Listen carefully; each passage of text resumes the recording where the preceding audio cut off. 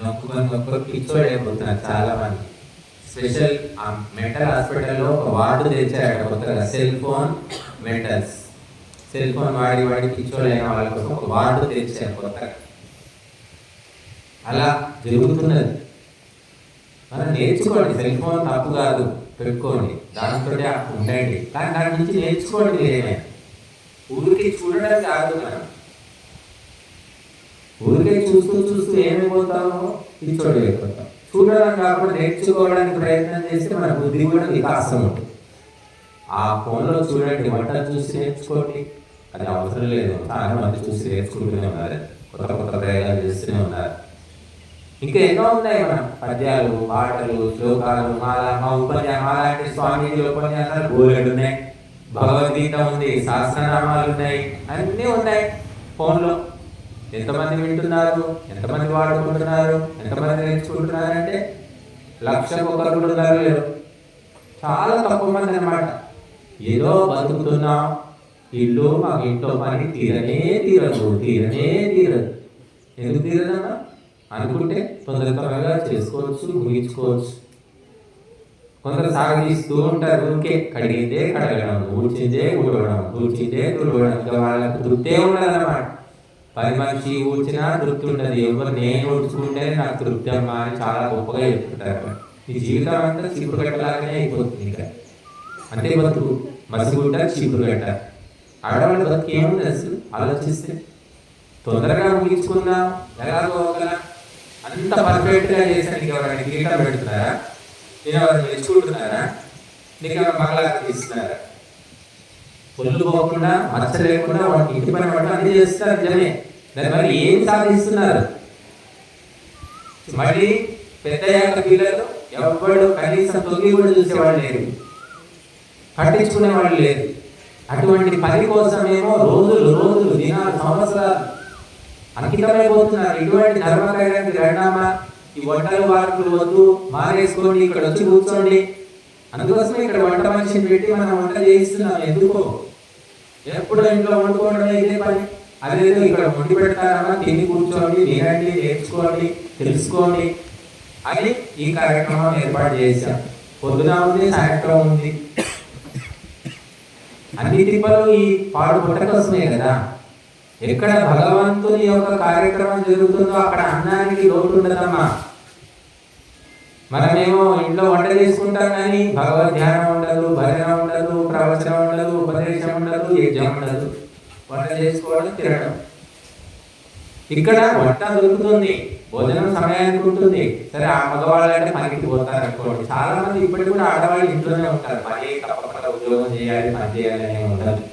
ఇంటి పని ముగించుకొని తొందరగా పొద్దున్నే వచ్చేస్తే ఏ జైల్లో పాల్గొనవచ్చు. అందుకే నేను పొద్దున 7ంటికి అని చెప్పాను. కార్యక్రమం 7ంటికి రాస్తుంది, కానీ 8ంటికి మొదలవుతుంది, 8:30 మొదలవుతుంది. ఎందుకంటే సరే వెనక ముందు వస్తూ ఉంటారు, ఇంట్లో పనులు ఉంటాయి. ఒకప్పటిలాగా ఇంట్లో 10 మంది లేరు, భార్య భర్త 2 పిల్లలు. ఆ పని అంతా చేసుకొని రావాలి కదా. కొంచెం సరే ఆలస్యం అయితే 8:30 అయితే అయ్యిందని అనుకుంటున్నాం. కనుక ఒక సదవకాశము వచ్చినప్పుడు దాన్ని వినియోగించుకోవాలి. ముఖ్యంగా మహిళామణులు. మగవాళ్లకు వ్యవసాయము, వ్యాపారము, ఉద్యోగము ఏదో ఒకటి ఉంటుంది. ఏది లేకపోయినా కూడా పడ్డాడు. ఏది లేకుండా చెట్లలో తిరుగుతుంటారు, పొలాల్లో తిరుగుతుంటారు. కానీ మగవాళ్ళు చాలా మంది మేము చూసాము, ఇక్కడికి మాత్రం రావాడు. ఎందుకంటే సంస్కారం లేదు, బుద్ధి లేదు, సదాచారం లేదు. ఎందుకు వస్తారు? అనవసరంగా ముచ్చట చెప్పుకుంటూ ఉంటారు ఇక్కడ కూర్చొని. అదేదో ఇక్కడ కూర్చోండి అని నేను పరిగెట్టుకొని మరీ వెళ్ళి చెప్పాను. అక్కడ చెట్ల కింద ఉంటుంటారు గాంధీ భవన్లు ఇక్కడ కొంతమంది. నేను వెళ్ళి మరీ చెప్పాను, రండి అయ్యా రండి, ఇక్కడ రండి అంటే 1 రోజు వచ్చారు. 2వ రోజు చాలా మంది మాయ, 3వ రోజు అరుగులేదు. కాబట్టి ఇక్కడ భోజన కార్యక్రమం ఎందుకు అంటే ఈ వండుకునే శ్రమ తప్పించుకొని హాయిగా ఆ సమయం 2 గంటలు పడుతుంది కదా వంట చేయడానికి. అదే 2 గంటలు ఇక్కడ మనం కూర్చొని విని తిని పోతే అయిపోతుంది. సాయంత్రం కూడా ఉంది. ఇదే భగవంతుడు ఏర్పరిచినటువంటి వ్యవస్థ ఇది. ఏదో మేము చేయడం లేదు, మా చేతిలో ఏం లేదు, మేము ఇలా నిమిత్త మాత్రం. కాబట్టి జీవితం అంతా కూడా మనుషుల జీవితాలు మేము ఆలోచిస్తే చాలా విచిత్రంగా అనిపిస్తుంది, బాధగా అనిపిస్తుంది. ఏమిటి బ్రతుకు, ఎప్పుడు వండడము, ఉడవడము, తుడవడము, ఉడకడము, ఇంతే నా జీవితం, అంతకుమించి చేయలేదు. లేకపోతే పెళ్ళిళ్ళు తిరగడానికి పోవడం, అంతే కదా. మనం ఎందుకు పుట్టాము, ఎక్కడి నుంచి వచ్చాము, అసలు ఎక్కడికి పోతున్నాము, ఈ ప్రపంచం ఏమిటి, దేవుడు ఉన్నాడా లేడా, పుణ్యము పాపం అంటే ఏమిటి, పునర్జన్మ ఉందా, పూర్వజన్మ ఉందా, ఈ ఆడజన్మ ఏంటి, మగజన్మ ఏంటి, ఈ పెళ్ళి ఏమిటి, ఈ పిల్లలు ఎక్కడి నుంచి వస్తున్నారు, ఇట్లా పీకు తింటున్నారు ఎందుకు, ఏమి ఏ కర్మ, ఇదంతా ఎక్కడి నుంచి జరుగుతుంది, ఇదంతా నడిపిస్తున్నది ఎవరు అని ఎప్పుడైనా ఆలోచనలు వస్తాయమ్మా? చెప్పండి. ఏంటి జన్మ, ఇది ఎంత చేసినా గుర్తింపు లేదు, అయ్యో పాపం అనేటోళ్ళు లేడు అని అనిపిస్తుంది ఒక్కోసారి. ఎంత చేసినా ఎలా ఉంది. భర్తనేమో అందరూ భర్త 50,000 చేస్తున్నాడు, 30,000 చేస్తున్నాడు, భార్య ఏం చేస్తుంది, ఏం చేస్తున్నావు ఇంట్లో వండుకుంటా కూర్చున్నావు హాయిగా ప్రశాంతంగా, నేను ఎన్ని కష్టాలు పడుతున్నా బయట నీకు ఏం తెలుస్తుంది అంటాడు. ఎంత చేసినా విలువ ఏముండదు. కనుక మహిళలు చేసే శ్రమకు లెక్క గడితే మగవాళ్ళ జీతం సరిపోదు, వాళ్ళ ఆస్తులన్నీ ఇచ్చినా కూడా సరిపోవట. నేను చెప్పట్లేదు, వరల్డ్ విమెన్స్ ఆర్గనైజేషన్ వాళ్ళు లెక్క గడి చెప్తున్నారు. ఊడ్చినందుకు ఇంత, తోమినందుకు ఇంత, ఉతికినందుకు ఇంత, వండినందుకు ఇంత, దుమ్ము దులిపినందుకు ఇంత, పిల్లల్ని గడిచినందుకు ఇంత, పెంచినందుకు ఇంత, లెక్క వేసి ఆడవాళ్ళ రుణం తీర్చుకోవాలంటే మగవాళ్ళు తలకిందులుగా తప చేసినా సరిపోదు అని చెప్పేశారు. అందుకే ఏం చెప్తామా, మాతృదేవో భవ అంట. ఫస్ట్ క్లాస్ కంపార్ట్మెంట్ అనమాట, లేడీస్కి రిజర్వ్డ్. మీరు రైలు ఎక్కితే ఫస్ట్ క్లాస్ ఉంటుంది, ఏసీ, చాలా సుఖంగా ఉంటుంది అందులో. సెకండ్ క్లాస్ ఏమో మగవాళ్ళు, తండ్రికి సెకండ్ క్లాస్, గురువు థర్డ్ క్లాస్. కాబట్టి అటువంటి గొప్ప స్థానము వేద శాస్త్రాలు మహిళలకు ఇచ్చాయి. ఒక తల్లి అంటే రాజు కూడా దిగి, అమ్మా చెప్పండి అమ్మా, ఎందుకు వచ్చావమ్మా, ఏం చేయాలి అని అడిగేవాళ్ళు అప్పట్లో. ఒక రాజు కూడా ఒక తల్లి పోతే సింహాసనం దిగి ఆమె గురించి ఎందుకు వచ్చావని ఆమెకు న్యాయం చేయడానికి ప్రయత్నం చేసేవారు. అటువంటి దేశంలో ఆడవాళ్ళ గతి ఏమిటి, పరిస్థితి ఏమిటి, ఎంత భయంకరంగా ఉంది. కట్నాల గురించి హత్యలు జరుగుతూనే ఉన్నాయి, వరకట్న దహనాలు జరుగుతున్నాయి, వేధింపులు, లైంగిక వేధింపులు, కాలేజీ లోపల రకరకాలైనటువంటి పీడనలు, ఈ టీచింగ్ అంటున్నారు. ఆడపిల్లలకు రక్షణే లేదు. తల్లిని దేవతగా, ఒక స్త్రీని దేవతగా పూజించే ఈ దేశంలో మహిళల పరిస్థితి ఎంత భయంకరంగా ఉంది. మీరు క్రైమ్ రేట్ చూడండి, వేలకు వేలు పెరుగుతూనే ఉన్నాయి పాపాలు. ఎందుకంటే కాలేజీలో కానీ, స్కూల్లో కానీ, యూనివర్సిటీలో కానీ మోరల్ ఎడ్యుకేషన్, నైతిక విద్య లేదు, ధార్మిక విద్య లేదు. ప్రజలకు మంచి మాటలు, మంచి నడవడి చెప్పే సిలబసే లేదు, సిలబస్లో లేనే లేదు. ఎప్పుడు చూసినా కూడా A for apple, B for cat, మొట్టమొదటి మొదలు పెట్టేది తెలుస్తారు. ఇది నేర్పిస్తే వాడు ఏమి, ధర్మం తెలియదు, సత్యం తెలియదు, న్యాయం తెలియదు, నీతి తెలియదు, నడవడి తెలియదు, ఇవన్నీ తెలియదు. మనం ఏం నేర్పుతున్నాం, A for apple, B for cat, C for cat, D for dog. కాబట్టి నైతిక విలువలు, మన సంప్రదాయము, సభ్యత, మన చరిత్ర, మన పరంపర ఎవరు చెప్పేవాళ్ళు లేదు. ఒక పద్యాన్ని స్పష్టంగా మధురంగా నేర్పించేటటువంటి అధ్యాపకుడే లేడండి. మీరు లక్షలు పోసి చదివిస్తున్న చదువుల్లో నా చెవిలో ఇంతవరకు ఒక పద్యము, ఒక్క స్టూడెంట్ కూడా మధురంగా స్పష్టంగా చెప్పిన వాళ్ళని నేను చూడలేదు. ఏదో ఎట్టికి చదువుతున్నారు, డబ్బులు కట్టించుకుంటున్నారు. కాబట్టి ఇక్కడ మనం 11 రోజులు సామవేద పారాయణం, ఇంతకుముందు యజుర్వేద పారాయణం చేసాం 2-3 నెలల కిందట. ఇవన్నీ ఎందుకు చేస్తున్నాము? మాకోసం. మీరు వచ్చినా రాకపోయినా మేము నిత్యము అగ్నిహోత్రం చేసుకుంటాం, ఉదయం సాయంత్రం మా కార్యక్రమాలు జరుగుతూ ఉంటాయి. ఇది మీకోసం అన్నమాట. పాఠాలు అధ్యాపకుడు చెప్పేది ఆయన కోసం కాదు, విద్యార్థుల కోసం. పాఠం చెప్పకపోయినా జీతం వస్తుంది ఆయన, అంతే కదా. ఇప్పుడున్న సిస్టమ్ అదే కదా. పాఠం చెప్పినా చెప్పకపోయినా, సిలబస్ పూర్తయినా కాకపోయినా, స్టూడెంట్ పాస్ అయినా కాకపోయినా వాడి జీతం మాత్రం తప్పకుండా వస్తుంది. అటువంటి వ్యవస్థలో మనం ఉన్నాం. ఇంకా స్త్రీలు, పురుషులు, భార్యలు, భర్తలు, తల్లులు, తండ్రులు, పిల్లలు అందరూ కూడా ధర్మాన్ని తెలుసుకొని బాగుపడాలి, తమ జీవితాలను చక్కగా చేసుకోవాలి అనే కోరికతోటి ఇటువంటి కార్యక్రమాలు చేస్తున్నాం. ఏదో యజ్ఞం చేసాం, అయిపోయింది, స్వాహ, ఇంకేమైనా వెళ్ళండి ఇక్కడ ప్రసాదం పెట్టి కూడా పంపవచ్చు. ఎవరు అడుగుతారు? ఎవరు నిలదీస్తారు? కానీ మనిషి యొక్క ఆలోచనలు మారాలి, గుణాలు మారాలి, నడవడి మారాలి, సంస్కారాలు మారాలి. మారాలంటే సత్సంగం చేయాలి. గురువులు చెప్పింది శ్రద్ధతో ఏకాగ్రతగా వినాలి. ఏకాగ్రతతో విన్నప్పుడు, నెత్తికి ఎక్కినప్పుడు అప్పుడు మార్పు వస్తుంది. మేము గంట సేపు చెప్తే కనీసం ఒక 10 విషయాలైనా గుర్తుంటాయి, 10 పాయింట్లైనా గుర్తుంటాయి కదా, ఎన్నో విషయాలు. సంవత్సరం పాటు పాఠాలు చెప్తే 3 గంటల పరీక్ష. 3 గంటల పరీక్షలో ఎంత రాస్తారు? కనీసం పాస్ మార్కులు వస్తాయి కదా. సంవత్సరం పొడుగునా వెళితే ఎంతో కొంత గుర్తుంటుంది కదా చదవకపోయినా.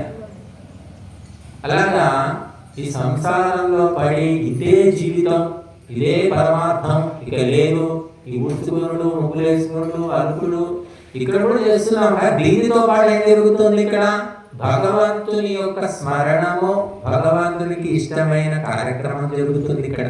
ఇది ఇంట్లో లేదు. ఇంట్లో ఎందుకు లేదంటే ఇంట్లో సంస్కారాలు కోల్పోయాం మనం అందరం కూడా. తినుకుంటూ, తాగుకుంటూ, వండుకుంటూ, ఊడ్చుకుంటూ కూడా భగవంతుని స్మరణ చేయొచ్చట. కేవలం ఏదో అన్ని ముగించుకొని కూర్చొని చేయడమే కాదు. మనం కూర్చొని పని చేసుకుంటూనే గాయత్రి జపం చేసుకో, మనసు లోపల చేసుకో. మనసు ఎప్పుడు పని చేస్తున్నాం, మనసు లోపలే ఓంకార జపం చేసుకో, మనసు లోపలే మృత్యుంజయ జపం చేసుకో. ఏదో ఒకటి చేసుకుంటూ ఊడ్చుకుంటూ అన్ని చేసుకోవచ్చు.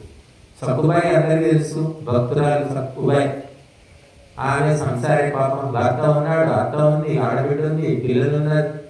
అన్ని పనులు చేసుకుంటూనే భగవంతుని జపం చేసుకునేది. ప్రత్యేకంగా టైం ఉండేది కాదు. అప్పట్లో మహిళలకు అసలు టైమే ఉండేది కాదు. ఇప్పుడంటే ఇవన్నీ పనికి మిక్సీలు, అవి కుక్కర్లు అన్నీ వచ్చి టైం మిగులుతుంది. ఒకప్పుడు టైం ఇక్కడ ఉండేదమ్మా, ఆడవాళ్ళకు ఉండేది కాదు, మగవాళ్ళకు ఉండేది కాదు. పొద్దున 3ంటికి లేస్తే మళ్ళీ రాత్రి 10ంటికి పడుకుంటే ఇక మళ్ళీ పొద్దున 3ంటికి లేవాల్సిందే. తీరికనే ఉండేది కాదు. దంచడము, విసరడము, ఊడవడము, పొలాలకు పోయి పని చేసుకోవడం, ఇంటి పని చేసుకోవడము, మళ్ళీ ధాన్యాలన్నీ శుభ్రం చేసుకోవాలి, చెరుక్కోవాలి. ఇప్పటిలాగా మొత్తం క్లీన్ చేసి మన ప్యాకెట్లు అమ్ముతున్నారు. మనం తెచ్చి మళ్ళీ శుభ్రం చేసుకోవాల్సిన పని లేదు. ఇప్పుడు 10 రూపాయలు పోయినా కూడా అన్ని శుభ్రం చేసిన పప్పులు, బియ్యం అన్ని దొరుకుతున్నాయి. ఒకప్పుడు అలా దొరికేదని చెప్పండి. వడియాలంటే వడియాలు దొరుకుతున్నాయి, అప్పడాలంటే అప్పడాలు దొరుకుతున్నాయి. ఒకప్పుడు అన్ని ఇంటి వాళ్ళే వడియాలు తయారు చేసుకుని పెట్టుకోవాల్సి వచ్చేది, పచ్చడి చేసుకుని నిల్వ పెట్టుకోవాల్సి వచ్చేది. ఇప్పుడు పచ్చడి అంటే పచ్చడి దొరుకుతాయి, అన్ని దొరుకుతున్నాయి. ఇన్ని పనులు చేసుకున్నప్పుడు ఆడవాళ్ళకు టైం ఎక్కడ తప్పట్లో? మగవాళ్ళకేమో పొద్దున్నేస్తే ఈ యంత్రాలు లేవు, వాళ్ళకు టైం ఉండేది కాదు. కాబట్టి సమయం అనేది ఇప్పుడు చాలా మిగిలిపోతుంది, మనకు చాలా వ్యర్థం కూడా అవుతుంది. టైం లేదు అంటారు. ఎందుకు టైం లేదా? బోర్డు యంత్రాలు వచ్చేసాయి, ఇంకెక్కడ ఎందుకు మిగలటం టైం? అంటే మనము మిగిలించుకోవాలి అనుకుంటే మిగులుతుంది, లేకుంటే అదే పని ఇది అటు ఇటునే వెసులుతూ ఉంటారు. అది ఏముంటుందో నాకు అర్థం కాదు.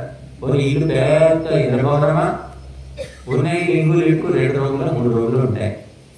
అందులోనే ఏం చేస్తుంటారో వెసులుతూ ఉంటారు. అంటే ఈ నర్సరెడ్డి చూడండి, పెద్ద ఇల్లు కట్టాడు, దాన్ని సేవ చేయడానికే జీవితం గడిచిపోతుంది. అంత పెద్ద ఇల్లు, పెద్ద పెద్ద రూములు, అయినా కూడా వదిలించుకొని మరి పొద్దున్న వస్తున్నారు బాగానే, పొద్దున సాయంత్రం. కాబట్టి మనిషికి సంకల్పం కావాలి, ఆలోచన కావాలి. అక్కడ కార్యక్రమం అవుతుంది, వెళదాము అనుకుంటే తొందరగా ముగించుకుంటాం, లేదా తర్వాత చేసుకుంటాం. ఏముంది ఆయన వైదిక ధ్యానం ఎప్పుడు ఏదో చేస్తూనే ఉంటారు. స్వాములకి ఏం పని పాట, వాళ్ళ భార్య, పిల్లలు, ఉద్యోగమా, వ్యాపారం, వాళ్ళు ఎప్పుడు చేస్తూనే ఉంటారు. వాళ్ళ పనులు మనకి ఎన్ని పనులు ఉన్నాయో అంటూ ఉంటారు. కొంతమంది అనేవాళ్ళు రారు, పాల్గొనరు, సహాయం చేయరు. కాబట్టి మనము ఇటువంటి కార్యక్రమాలు అరుదుగా జరుగుతూ ఉంటాయి. అది కూడా ఇటువంటి ఊళ్ళో కాబట్టి దీన్ని మనము సద్వినియోగం చేసుకోవాలి. ఈ అవకాశం దొరకదు. అందరికీ ఉన్నాయి, ఇబ్బందులు ఉంటాయి, కష్టాలు ఉంటాయి, అప్పులు ఉంటాయి, రోగాలు ఉంటాయి, బాధలు ఉంటాయి. లేని వాళ్ళు ఎవరు లేరు ఇక్కడ.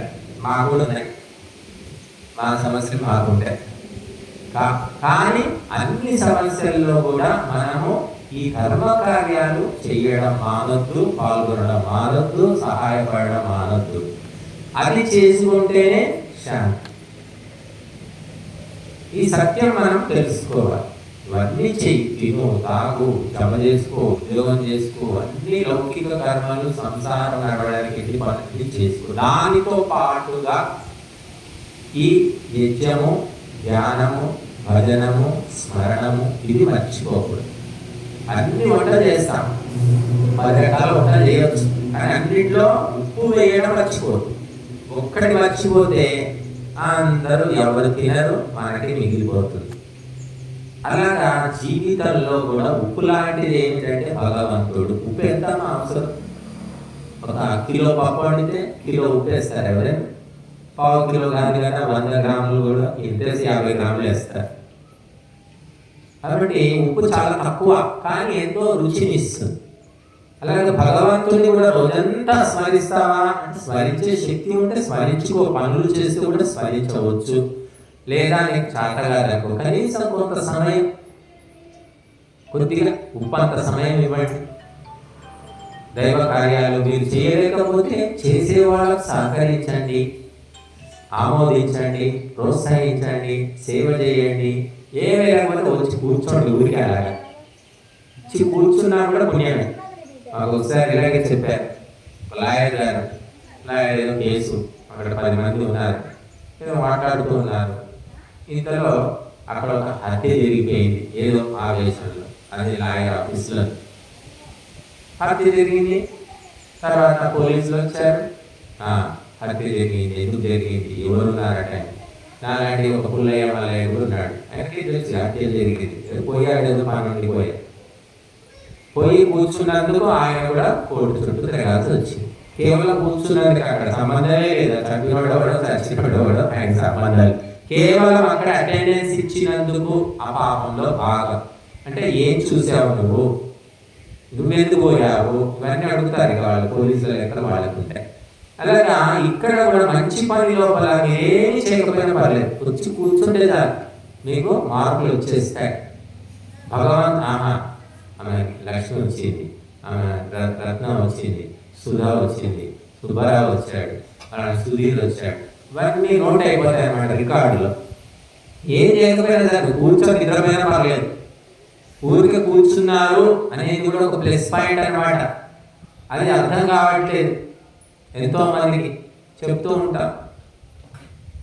కాబట్టి ధర్మ కార్యాలు, ఇటువంటి ఆధ్యాత్మిక కార్యాల లోపల మనం పనులు ముగించుకొని రావాలి. తొందరగా నిర్ణయించుకోవాలి.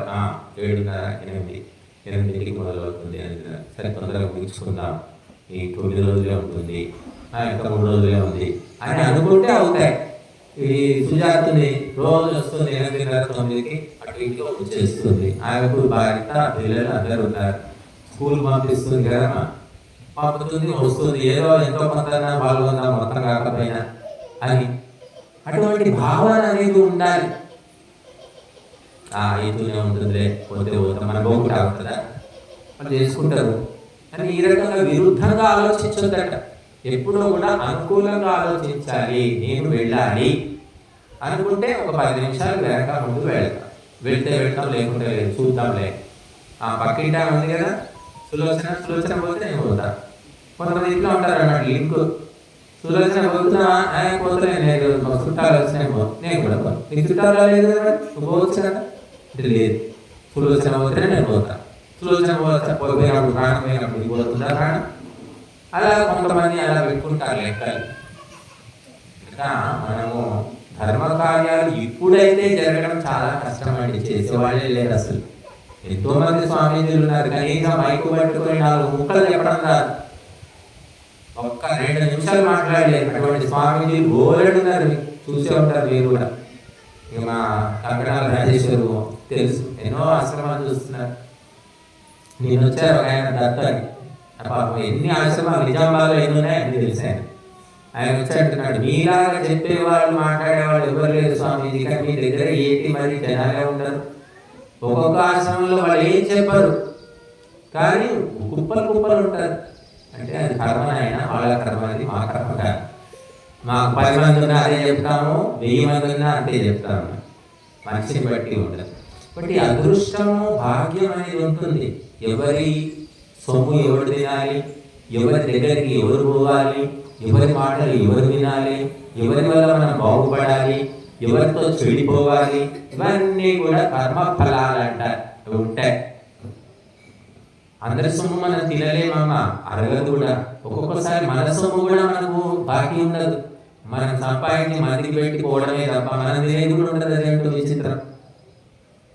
ఇవన్నీ వీటి వెనుక ఏమిటి కారణం అంటే మనం చేసుకున్న పుణ్యపాప కర్మలు, గత జన్మ యొక్క సంస్కారాలు అని చెప్పారు. ఒకడు సంపాదించి తినడానికి టైం ఉండదు, ఒకడు సంపాదన ఉండదు, ఏముండదు, సోమరిపోతూ ఓడిపోవడం తింటాడు, పడుకుంటాడు. వాడు చదువుతూ ఉంటారు. మరి కష్టపడి పని చేసేవాడికి తినడానికి టైం ఉండదు. ఇదంతా లోకంలో అందరూ చూస్తూనే ఉంటారు. ఏమిటిది మాయా విచిత్రం అనుకుంటా. మాయ ఏం లేదండి, వాళ్ళు చేసుకున్న కర్మల్ని బట్టి అలా జరుగుతూ ఉంటుంది. కాబట్టి మనం సత్కర్మలు ఈ జన్మలో ఇప్పుడైనా చేసుకోవాలి. సత్కర్మలు అంటే మన ఇంటికి, మన రక్త సంబంధికులకు, మన వాళ్ళకు చేసుకుంటే అది కర్తవ్యం అంటారు, డ్యూటీ. అది చేయకుంటే ఎవరు ఊరుకోరు. ఇదేమిటి, ఇటువంటి ధార్మిక కార్యక్రమాలు ఎవరికి సంబంధం లేదు, ఎవరు చుట్టం కాదు, పక్కన కాదు, స్నేహితులు లేదు. ఇది ధర్మం కోసం జరుగుతున్నది. కాబట్టి ఇటువంటి చోట చేసిన సహాయమే నిజమైన పరోపకారము, దానము, సేవ. మన ఇంటి వాటిని ఉడుచుకొని ముగ్గేసుకుంటే ఎవరు మెచ్చుకోరు, అదే పుణ్యం అనరు, కర్తవ్యం అంటారు. ఇక్కడ వచ్చి యజమాన వాళ్ళకి ముగ్గేశారు. ఇదేమిటి, ఇది ధర్మ కార్యక్రమం. ఇక్కడ పుణ్యం వస్తుంది. ఇంటి ముందు చేసుకుంటే అది పుణ్యం అనద్దా, కర్తవ్యం. ఏమైనా 3 రోజులే వాటిని ఉంచుకుంటలేవా అని పక్కకి వాళ్ళే అడుగుతారు. ఇక్కడ మీరు చేస్తే మెచ్చుకోలేరు, మెచ్చుకుంటే మెచ్చుకుంటారు, చేయకపోతే ఎవరేమన్నారు. ఎందుకని ఉడిచినావు, ఈరోజు ఎందుకు ఊడలేదు, ఎందుకు కలపలేదు అని ఎవరు అడగరు. చేస్తే చేయి, నీ ఇష్టం. చేయకుంటే కూడా నేను చేయలేదని తిట్టేవాళ్ళు లేరు, చేస్తే మెచ్చుకుంటే మెచ్చుకుంటారు.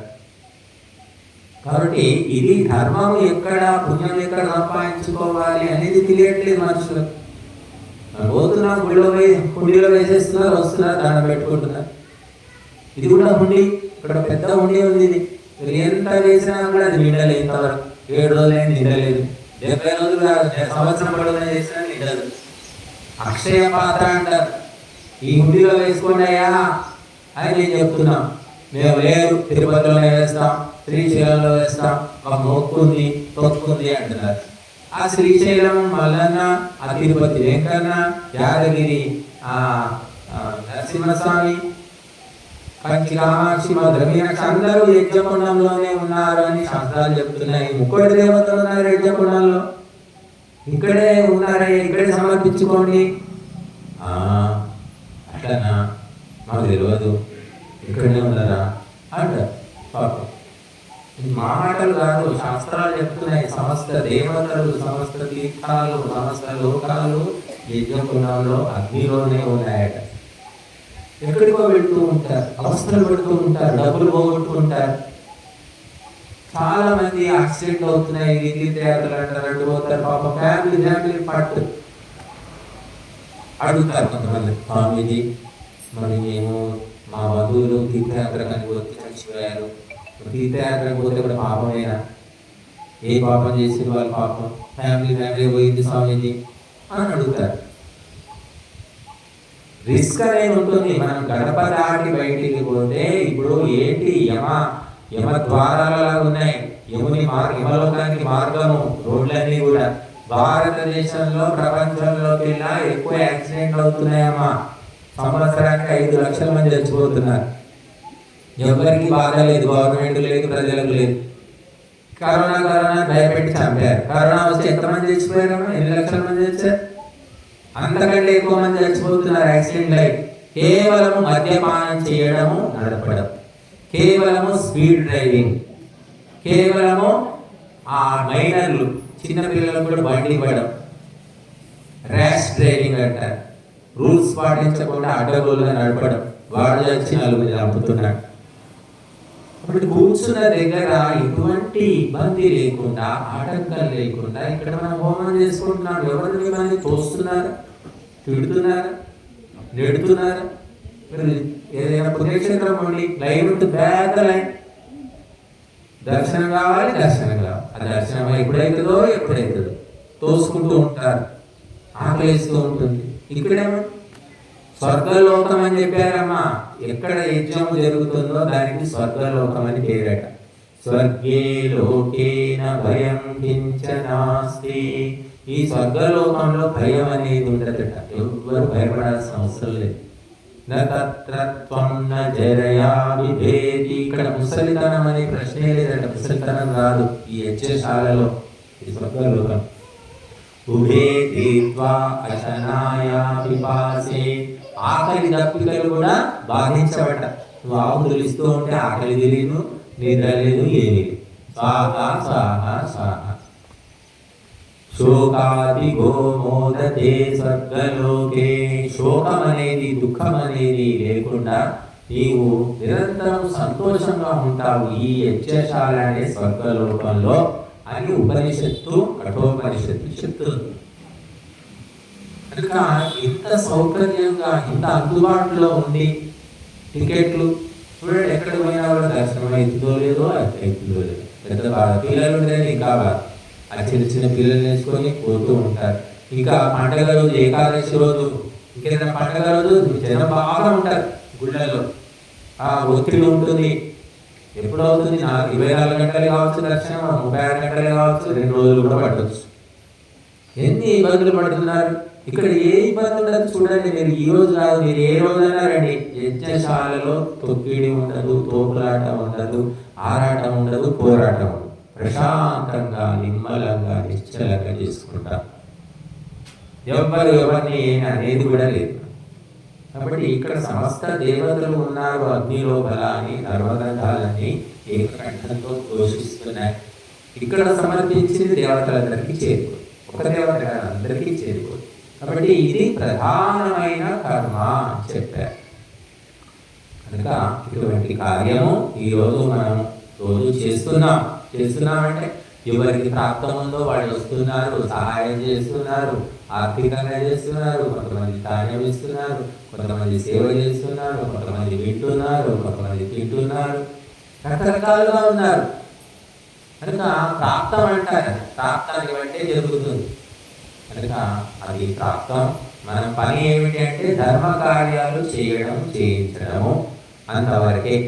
కాబట్టి మనము ఫలితాన్ని ఆశించకుండా చేయాలన్న. మంచి పని చేస్తే మెచ్చుకునే వాళ్ళు మెచ్చుకుంటారు, తిట్టేవాళ్ళు తింటారు. తిట్టేవాళ్ళు ఎంతమంది? కాబట్టి ఏమీ పని లేదు, పాట లేదు, ఏమో చేస్తుంటారు వీళ్ళని కూడా అనేవాళ్ళు ఉన్నారట. మరి వాళ్ళు అనేవాళ్ళు ఎలా ముందుకు వచ్చారు కదా, వాళ్ళు చాటుకుంటూ ఉంటారు.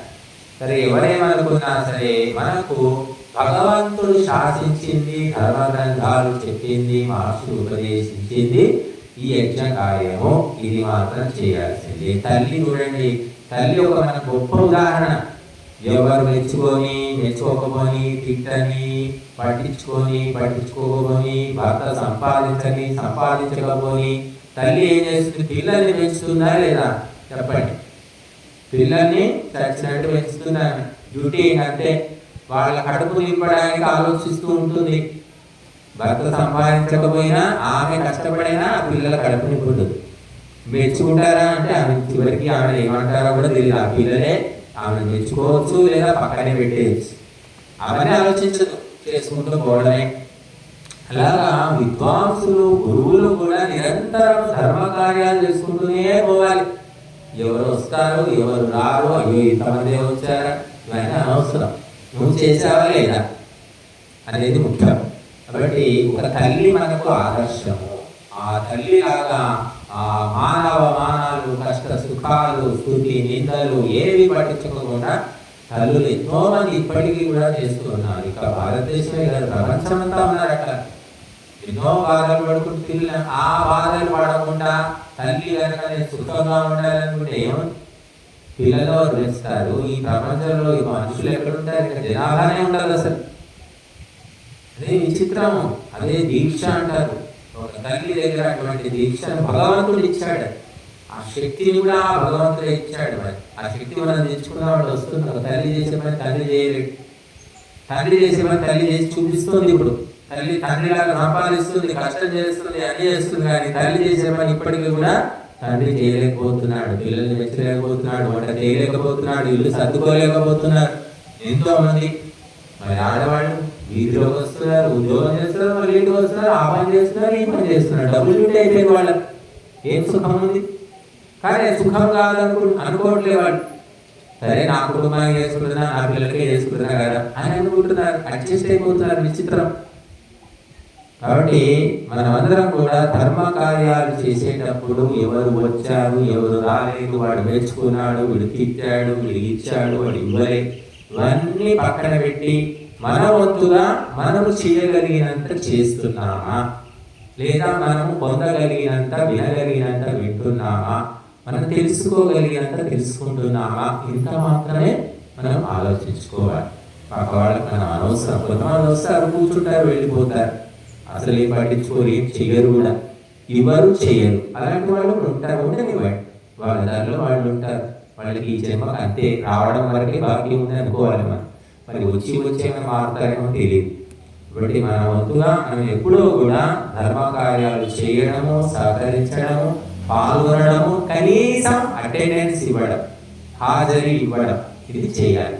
మరి ఈరోజు మన కార్యక్రమం లోపల మరి ఆయన ఎవరు, కొక్కుల లక్ష్మణ్ కదా ఉన్నారా? కొక్కుల లక్ష్మణ్ వారి శ్రీమతి శ్యామల గారు 3,000 రూపాయలు ఏచ కార్యక్రమానికి ఇచ్చారు. అలాగే పద్మా గారు, ఎం గంగారెడ్డి గారు బియ్యము 25 కేజీలు మనకు కార్యక్రమానికి సమర్పించారు. అలాగే మనకు నరేంద్ర నరసారెడ్డి గారు, వారి శ్రీమతి రాజుబాయి గారు కూడా 7,500 నెయ్యి కోసం సమర్పించారు. ఇవన్నీ కూడా వాళ్ళు ఎవరి కోసం ఇస్తున్నారు? ఇదంతా చాలా మంది మాకు అనుకుంటున్నారు, మా కోసం కాదు ఇది. ఎవరు కూడా, మేము కూడా మీకోసం చేయట్లేదు, ఇది అందరి కోసం చేస్తున్నాం, మన కోసం చేస్తున్నాం. ఎందుకంటే అందరి ఉన్నతి ఇందులో ఉంది. మనం ఏది చేసుకున్నా కూడా ఆ సుఖాన్ని, దుఃఖాన్ని, ఫలితాన్ని పొందేది మనమే. ఇచ్చుకున్న వాళ్లకు, చేసుకున్న వాళ్లకు చేసుకున్నంత అంటారు. అలా ఎవరు దానం చేసుకుంటారో దాని ఫలితాన్ని వాళ్ళే పొందుతారు. తీసుకున్న వాడి కంటే ఇచ్చిన వాడికి ఎక్కువ ఫలితం ఉంటుందండి. ఇది శాస్త్రాలు చెప్తున్నటువంటి విషయం. కనుక మరి వీరందరూ కూడా ఇంకా ఎక్కువ లాభాన్ని, ఫలాన్ని పొంది ఇంకా దానగుణం, వారిలో నమ్మకాన్ని భగవంతుడు కల్పించాలి అని కోరుకుందాము. మరి మీరందరూ కూడా రేపు, ఎల్లుండి, ఇంకా అమావాస్య రోజు పూర్ణాహుతి ఉంటుంది. కాబట్టి సమయాన్ని నిర్ణయించుకోండి, మనస్సులో సంకల్పం చేయండి. మేము ప్రతిరోజు వస్తాం, సరే యజ్ఞంలో కూర్చోకపోవచ్చు, కనీసం పాల్గొనడానికి వస్తాము ఈ 3 రోజులు, ఉదయం సాయంత్రము నిర్ణయించుకోండి. మీకు సహజంగానే పనులన్నీ తెగిలిపోతాయి. మీకు భగవంతుడు దారి చూపిస్తాడు, వెసులుబాటు కల్పిస్తాడు. సంకల్పాన్ని బట్టి జరుగుతున్నాడు. నేను అనుకున్నాను వర్షాలు పడుతున్నాయి, అప్పుడు వర్షాలు యజ్ఞ కార్యక్రమం ఏంటి స్వామీజీ అన్నారు మా శిష్యులు. వర్షం కాదు, ఏం కాదయ్యా, అప్పటికి ఆగిపోతుంది అన్న. ఏదో అన్నా, నాకు దేవుడు అలా పలికించాడు. వర్షం ఇంతవరకు అయితే లేదు, పెద్ద ఇబ్బంది పెట్టే వర్షం అయితే లేదు. నిన్న కొద్దిగా చెల్లులు పడ్డాయి. కాబట్టి నిరంతరము ధర్మ కార్యాలు చేసుకుంటూ వెళ్ళు అని చెప్తుంది లేదు. దొంగ పని చేస్తూనే ఉంటాడు. జైల్లో పెట్టండి, వాడి కాళ్ళు చేతులు విరిచేస్తే చేయడమో, కానీ అటువంటి చట్టం లేదు. కాబట్టి 100 సార్లు దొంగతనాలు చేస్తూనే ఉంటాడు, చచ్చేదాకా అదే పని. హత్య చేసేవాడు అదే పనిలో ఉంటాడు, తాగుబోతు అదే పనిలో ఉంటాడు, వారు కూడా ఇదే పనిలో ఉంటాయి. మనకి సాధనైన పని ఇదే కదా, మరి వేరే రాదు కదా, వేరే అవసరం లేదు, మనకు ఆ సంస్కారం లేదు. కాబట్టి ధర్మము ఆచరించే వ్యక్తి ధర్మమే చేసుకుంటాడు. ఇక త్యాగం ఉన్న వ్యక్తి త్యాగమే చేసుకుంటాడు. కొన్ని కుటుంబాల్లో చూస్తుంటాం, అన్న సంపాదిస్తుంటాడు, తమ్ముడు తింటుంటాడు. వాడు సంపాదించడానికి పుట్టిండు, తినడానికి పుట్టిండు. భార్య, పిల్లలు అందరైనా కూడా సంపాదించాడు, వాడు ప్రేమగా చూసుకుంటుంటాడు, ఆశ్చర్యం చేస్తూ ఉంటుంది. అంటే ఎవరు ఎందుకు పుట్టారో వాళ్ళు ఆ పనిలోనే ఉంటారట. మరి ఇదే పుట్టారు కాబట్టి ఇదే పని. కాబట్టి ఈ పని చేసుకుంటూ ఇతరులకు కూడా ఈ పని నేర్పించడానికి, తెలియజేయడానికి మనము ప్రయత్నం చేద్దాము. అందుకు మరి ఆ భగవంతుని యొక్క అనుగ్రహం తప్పకుండా ఉంటుంది. ఈ మీరందరూ కూడా మిగిలిన 3 రోజులు కూడా రావడానికి ప్రయత్నం చేయండి. ఓం శాంతి.